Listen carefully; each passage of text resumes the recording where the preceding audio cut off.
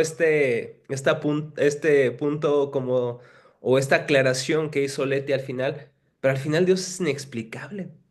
En el sentido de que no podemos encerrar a Dios en una definición, ¿están de acuerdo? Ni el teólogo más brillante, ni el pastor más elocuente puede agotar en un sentido el uso de las palabras para decir esto es Dios. ¿Por qué?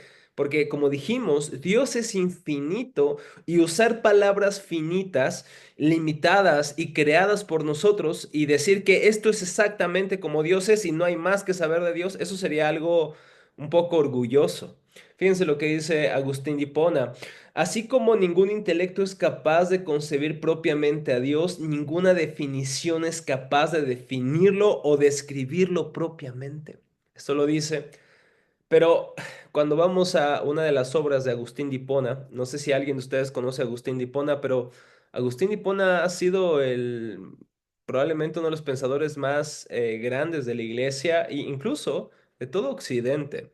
Agustín no solamente ha sido parte importante para el cristianismo, pero también para la política, la filosofía, incluso para algunos le conocen como un precursor, ¿no? De la psicología moderna. Tenemos que tener mucho cuidado con este título porque pues no existía la psicología tal y como la conocemos el día de hoy, pero Agustín es un hombre muy profundo en muchos sentidos. Ahora, en las Confesiones, que es como su autobiografía, pero en forma de diario, no sé si ustedes escriben un diario, es muy útil, la verdad es que sí suena muy romántico escribir un diario, querido diario, el día de hoy di clase a mis alumnos y no me pelaban en la clase. No, no, no escribo algo así. Lo que escribo es más bien como reflexiones sobre lo que Dios me está hablando en la palabra, en su palabra, lo que pasa en mi día. A veces me reflexiono en eso, pero Agustín reflexionó en torno a su experiencia con Dios. Y en una parte de las confesiones él trata de definir a Dios.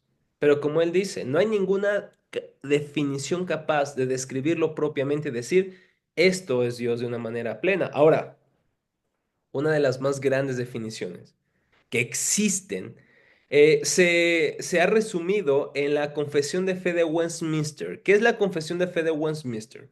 La Confesión de Fe de Westminster es un documento del siglo XVII que, ¿recuerdan ustedes lo que pasó en el siglo XVI? Hubo una ruptura entre la Iglesia de Roma y ¿quiénes? ¿Alguien recuerda? ¿Alguien conoce esta historia?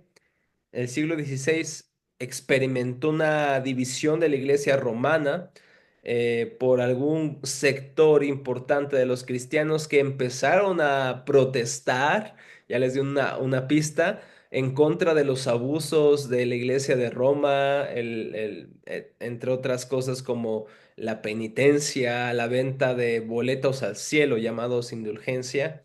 A este grupo le conocemos como los reformadores del siglo XVI como Martín Lutero, Juan Calvino, entre otros. Ahora bien, en la siguiente generación, vamos a llamarlo así, hubo obviamente personas que continuaron con la reforma y una de las maneras de conocer justamente lo que se creía en el ala reformada, porque la Iglesia de Roma se había apartado de algunas doctrinas importantes, la Confesión de Fe de Westminster fue un buen resumen de lo que creía la iglesia reformada y muchas iglesias reformadas el día de hoy. No sé si nos puedes ayudar a leer, Luitzel, estos dos párrafos que tenemos frente a nosotros. Hay un solo Dios vivo y verdadero, quien es infinito en su ser y perfección, un espíritu purísimo, invisible, sin cuerpo, partes o pasiones. Es inmutable, inmenso, eterno, incomprensible, todopoderoso, sapientísimo, santísimo, totalmente libre y absolutísimo. Hace todas las cosas según el consejo de su propia inmutable y justísima voluntad para su propia gloria. Es amorosísimo, benigno, misericordioso, paciente, abundante en bondad y verdad. Perdona la iniquidad, la transgresión y el pecado y es galardonador de aquellos que le buscan diligentemente. Además es justísimo y terrible en sus juicios, que detesta todo pecado y que de ninguna manera declarará como inocente al culpable. Dios tiene en sí mismo y por sí mismo toda vida, gloria, bondad y bienaventuranza.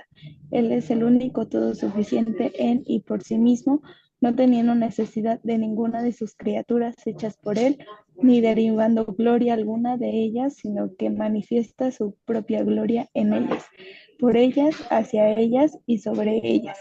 Él es la única fuente de toda existencia, de quién, por quién y para quién son todas las cosas, teniendo el más soberano dominio sobre ellas para hacer por medio de ellas, para ellas o sobre ellas todo lo que a Él le plazca. Respira. Ya, ok, bien. Vamos ahora a continuar. Leti, ayúdame a terminar con este texto que tenemos en pantalla, en continuidad con lo que leyó Itzel. Dice, todas las cosas están abiertas y manifiestas ante su vista. Su conocimiento es infinito, infalible, independiente de toda criatura, de tal manera que para él nada es contingente o incierto. Él Mm. es santísimo en todos sus consejos, en todas sus obras y en todos sus mandamientos.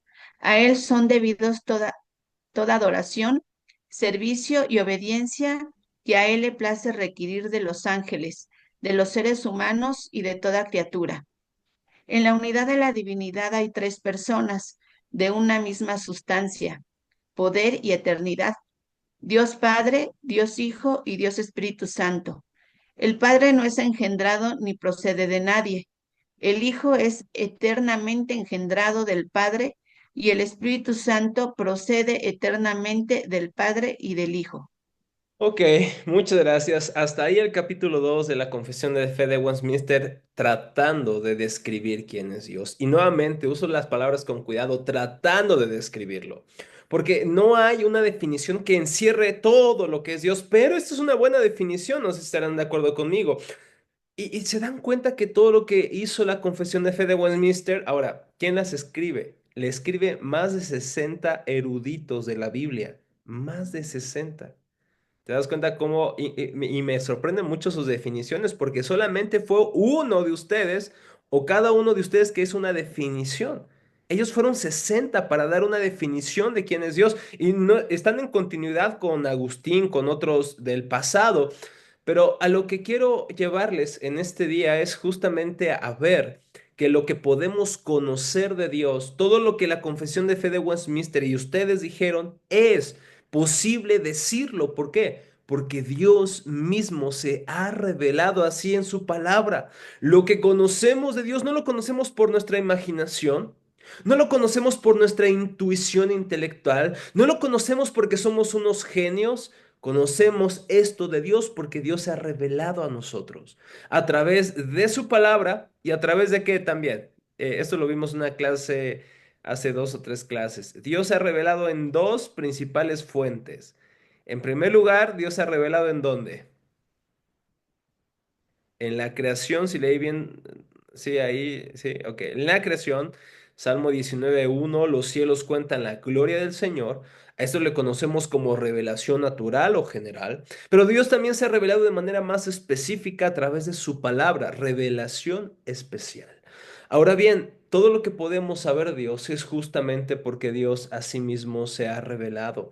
Fíjense lo que dice un autor que es mi favorito en cuanto a la teología. Dice Herman Bavinck, ni en la creación ni en la recreación, y aquí voy a retomar lo que dijiste hace un rato, Itzel, de que aún no hemos visto a Dios. Lo veremos realmente cuando partamos con el Señor. Dice, ni en la creación ni en la recreación Dios se revela de manera exhaustiva. Él no puede impartirse completamente a sus criaturas. Para que eso sea posible, ellos mismos tendrían que ser divinos. No hay, por tanto, un conocimiento exhaustivo, completo, pleno. Nadie puede decir, yo soy doctor en Dios, yo ya sé todo de Dios. No hay nadie. No hay hombre, dice Herman Babin, nos haga conocer su esencia, su naturaleza de manera completa. No existe ni un concepto que lo abarque por completo. No hay una descripción que lo defina completamente. Lo que yace detrás de la revelación es completamente incognoscible. No podemos acercarnos a él ni por nuestro pensamiento, ni por nuestra imaginación, ni siquiera usando meramente nuestro lenguaje. Y quiero aquí hacer un poco de especulación, si me lo permiten. Ni en la creación, ni en la recreación. ¿En qué se refiere Bavinck con la recreación? Cuando estemos con él. Ahora, cuando estemos con él, Apocalipsis 21 y 22 dice que ya no necesitamos templo porque ¿quién va a ser nuestro templo? El Señor será nuestro templo. Ya no necesitaremos más sol porque el Señor será nuestra luz. Y qué bueno, porque yo detesto el calor. Pero bueno, eso es para otro tema, para otra queja de otro día. Ahora bien, dice que aún así veremos al Señor y probablemente pensemos que lo vamos a ver en toda su gloria. Para mí, yo creo que no va a haber criatura alguna que pueda conocer toda la gloria, todo lo que Dios es. Porque para que podamos conocer todo lo que Dios es, ¿qué tenía que pasar? ¿Qué tendríamos que ser nosotros? Tendríamos que ser Dios. Para saber todo lo que Dios sabe y todo lo que Él es, tendríamos que tener la mente de Dios. Y la verdad es que vamos a seguir siendo criaturas. Así que no sé, esto me emociona a mí. Porque probablemente digas, entonces, qué lamentable que no vamos a poder conocer todo de Dios. Claro, si pudiera conocer todo de Dios, realmente sería digno de mi adoración, Dios. No, Dios está más allá de mi entendimiento. Por eso dice Atanasio, un padre de la iglesia, que Él trasciende todo ser y comprensión humana. Y me encanta como también lo dice Agustín de Hipona, es incomprensible y tiene que serlo, pues si lo comprendes, no es a Dios a quien comprendes. Por naturaleza, Dios debe ser incomprensible. ¿Por qué? Y cuando hablamos de incomprensible, tenemos que decir lo siguiente. No estamos diciendo que no podamos conocer a Dios, sino que no podemos agotar todo lo que Dios es. ¿Se entiende la diferencia? Una cosa es decir que Dios no puede conocerse en absoluto y otra cosa es decir que no podemos conocer todo sobre Dios. Son dos cosas distintas. Y la segunda definición es a la que me refiero con la incomprensibilidad de Dios. En otras palabras, la incomprensibilidad de Dios quiere decir que no hay nadie, ni un ser humano, ni por tanta agudeza intelectual que posea, puede decir, conozco toda la esencia divina, conozco cada aspecto del ser de Dios, conozco la naturaleza exacta de su divinidad. Nadie puede decir, conozco de manera perfecta, plena a Dios, de tal manera que ya no necesito contemplarlo o ya no necesito ir a su palabra. No hay nadie en lo absoluto en esta tierra, ni en toda la eternidad, ni ángel, ni principado que pueda decir, conozco verdadera y perfectamente, plenamente a Dios. No hay nada ni nadie en toda la creación que pueda conocer a Dios de manera plena. Esa es la idea.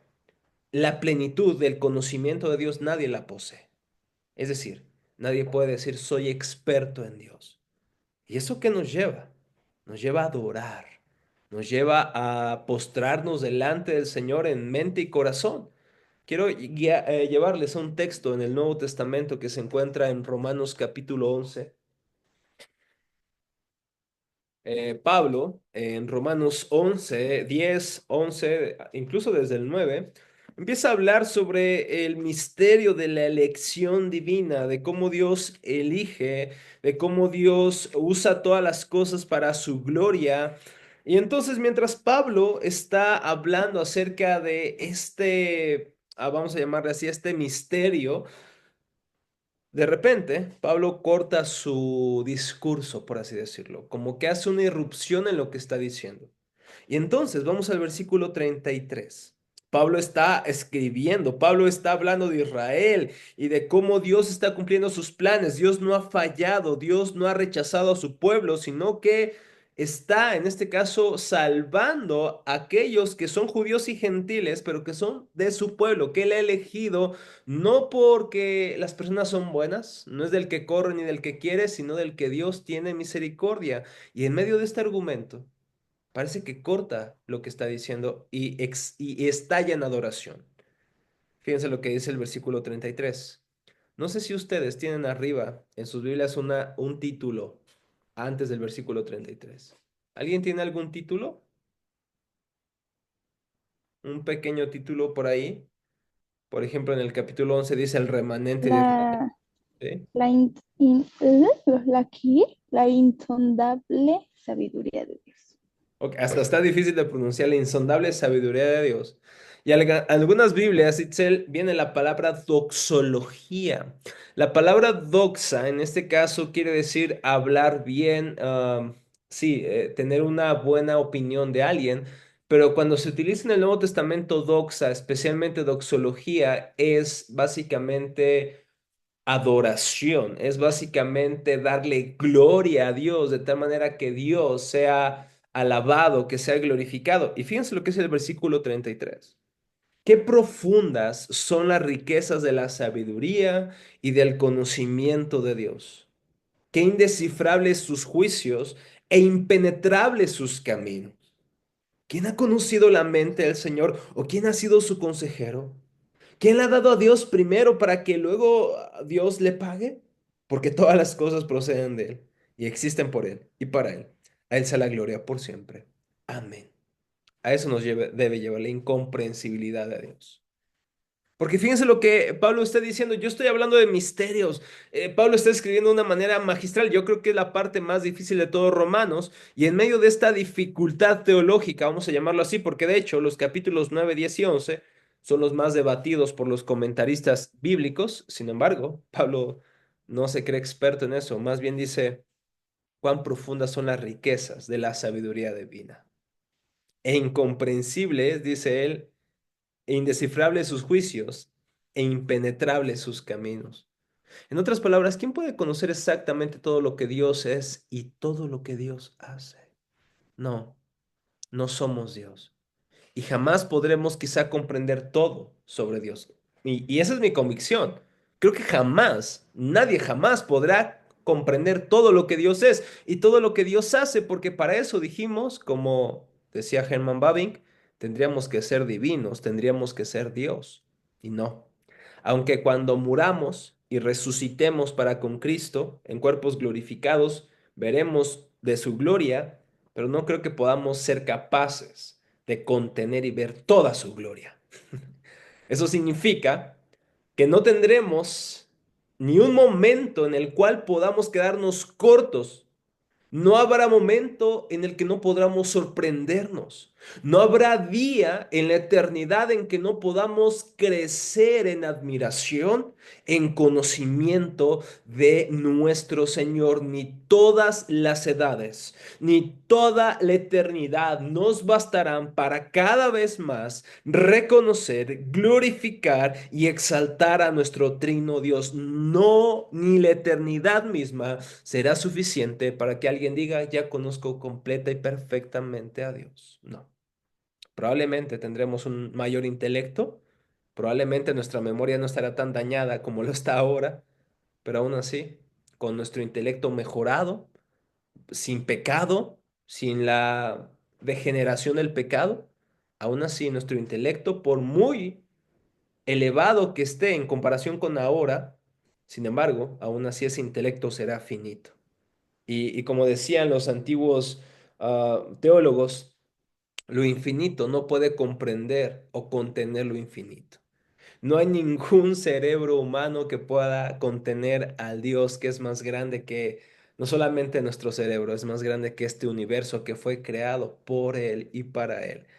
Hermanos, que Dios sea glorificado.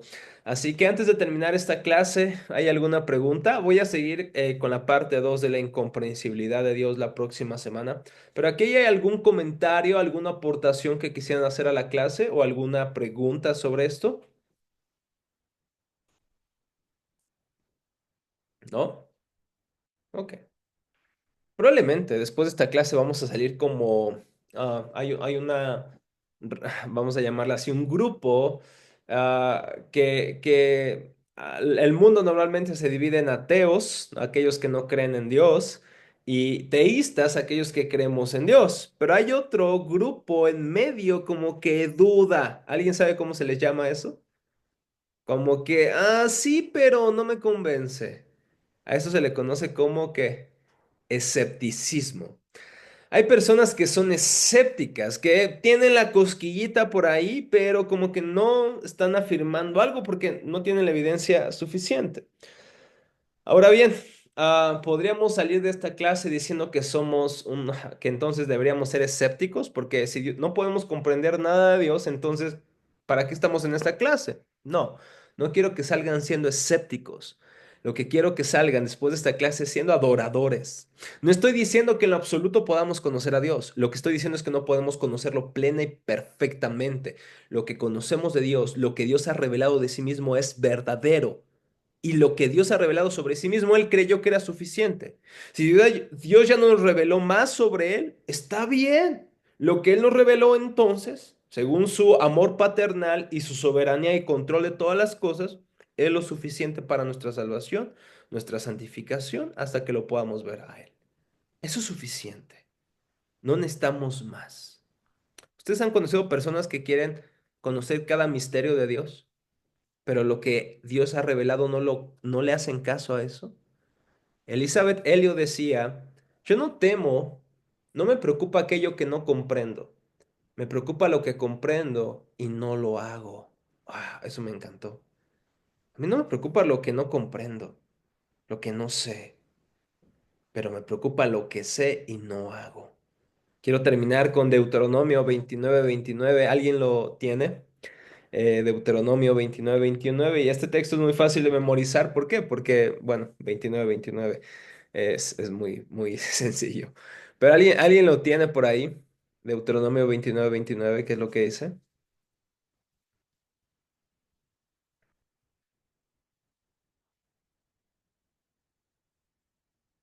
Sí, yo. Ujú. Dice, las cosas secretas pertenecen a Jehová nuestro Dios, mas las reveladas son para nosotros y para nuestros hijos para siempre, para que cumplamos todas las palabras de esta ley. Perfecto, muchas gracias. Es ahí, ese es el corazón de lo que quisiera terminar en esta clase. Las cosas reveladas nos pertenecen a nosotros y a nuestros hijos.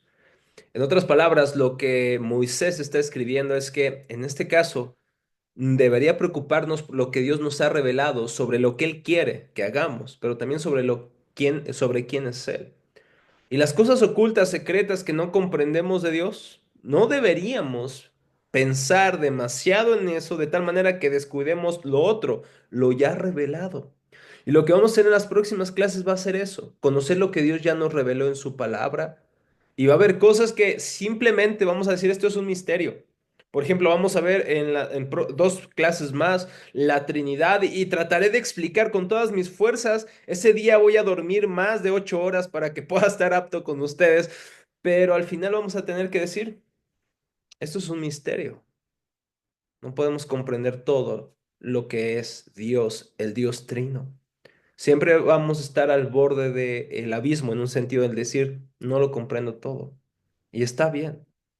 Porque decía un teólogo holandés, Wilhelmus A. Brakel, decía, lo que no comprendes, lo que no comprendas, adora. Lo que no puedas comprender. Cuando tu límite de tu intelecto, de tu sabiduría humana, teológica, cuando ya llegues al tope de eso, tienes que decir, Señor, es que ¿cómo puedo pensar que puedo contenerte en mi cerebro finito? ¿Cómo puedo pensar que puedo explicar exactamente todo lo que eres tú, Señor? Y pensar arrogantemente que lo puedo hacer de manera plena. Señor, más bien te tengo que adorar. Eso es algo con lo que lucho, chicos. Yo doy clase constantemente. Y a veces puedo creer que mis explicaciones son suficientes para explicar, describir a Dios, pero siempre en esta clase es curioso porque es propedéutico. Es la primera clase que van a tomar y es la más difícil. Pero ¿por qué creen que elegimos conocer a Dios antes de hablar de la adoración, hablar de otros temas? ¿Por qué creen que esto sea necesario? ¿Sí, Dani? Yo, yo, yo creo que si no, no podemos adorar a un Dios en total que no conocemos. Primero debemos de conocerlo. Sí, es. Totalmente, Dani. Es Ver correcto. dos y después ya podemos adorar. Así es. Muy bien, excelente. ¿Cómo podemos adorar a aquel del que no sabemos? ¿Cómo podemos admirar a aquel que ni siquiera conocemos? Es por eso que la clase más difícil ahí la hemos elegido para propedéutico, porque de aquí es la base de todo lo que ustedes van a ver en las próximas clases. Si no conocemos al Dios que decimos adorar, realmente lo estamos adorando. Muy bien, chicos, pues gracias por mantenerse conectados hasta ahora. ¿Hay alguna pregunta, chicos? ¿Alguna duda? La próxima semana hablaré de algunos aspectos de la incomprensibilidad de Dios, pero antes de despedirme, quiero saber si hay alguna pregunta. ¿no? Ya están todos confundidos, ¿verdad? Entonces, si están confundidos, vayan al capítulo número 2 o 3, me parece el 2, de la incomprensibilidad de Dios, lo pueden leer otra vez. Si ustedes gustan, les puedo mandar un artículo. Es más, les voy a mandar un artículo para que lo puedan leer. Es de R.C. Sproul, un gran maestro de la iglesia. Se los voy a enviar en un momento más al grupo. Así que, sin más, que el Señor les bendiga. Que la gracia del Señor Jesucristo, el amor del Padre y la comunión que tenemos con su Santo Espíritu sean con nosotros. Que el Señor les bendiga. Hasta pronto. Chao. Nos vemos. Nos vemos. Bye. Bye.